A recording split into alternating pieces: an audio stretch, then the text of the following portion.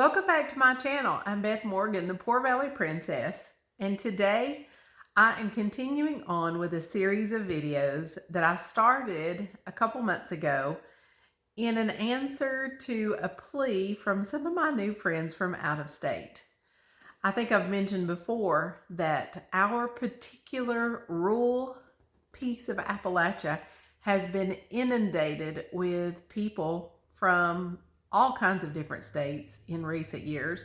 I now have neighbors from California. I have neighbors from upper state New York, Montana, Florida.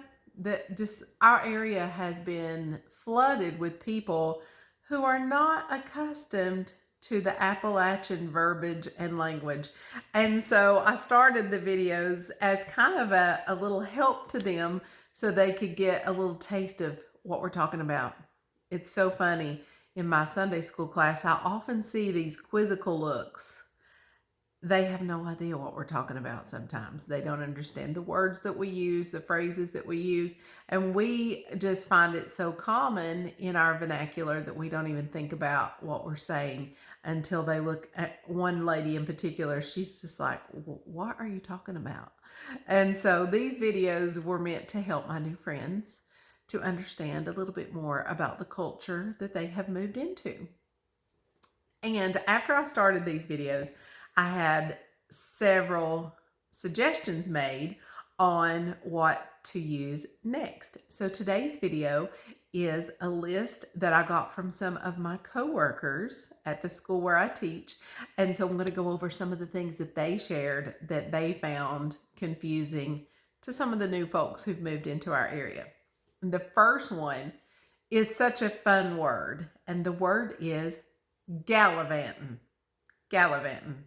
So to use it in a sentence, it would be something like, now don't you all go gallivanting around the town tonight. You'll be getting into trouble if you do.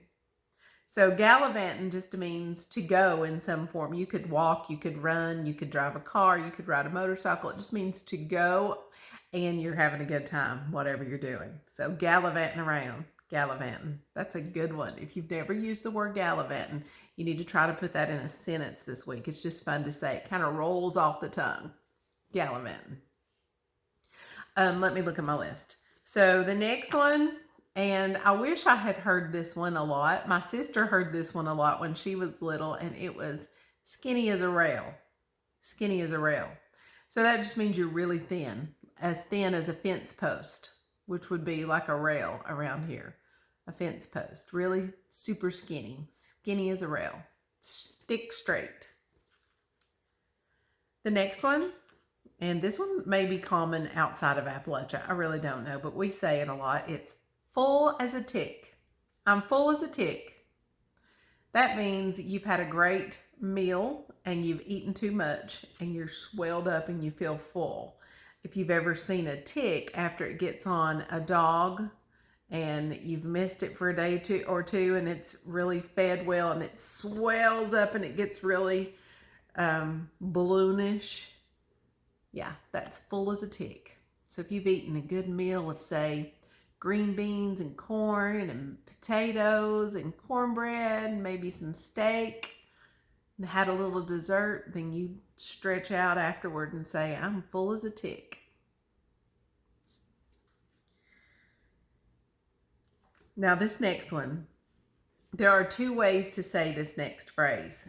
And the first way I'm going to say, I had never really heard until I met my husband. And he said it one time and I was like, what are you talking about? And then after he said it, I started hearing people say it all over the place, but it was, give me a horn of that. Give me a horn of that. Give me a horn of that.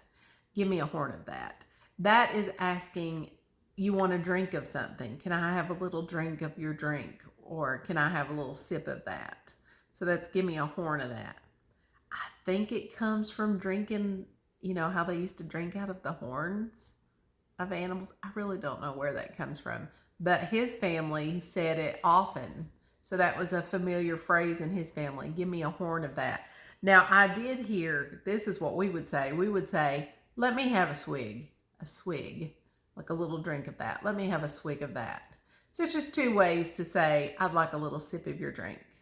or I'd like a little of what you're having. Give me a horn or let me have a swig. You know what I need to know? Leave me a comment below. Did you say either one of those or did you say something completely different? I would really be interested to hear.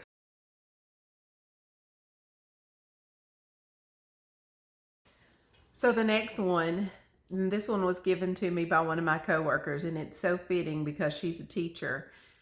I'm plumb tuckered out. Plumb tuckered out.